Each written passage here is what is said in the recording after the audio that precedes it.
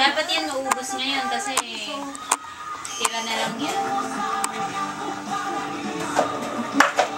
Tumawag yung daddy niya, too late, nasa bus na kami. Feeling niya magagabilin kami doon.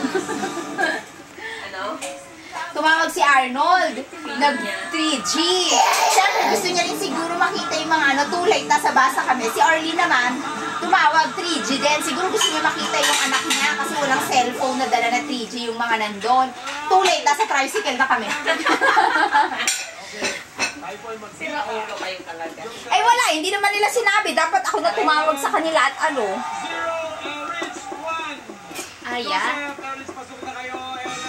Kaya ka nabubukula.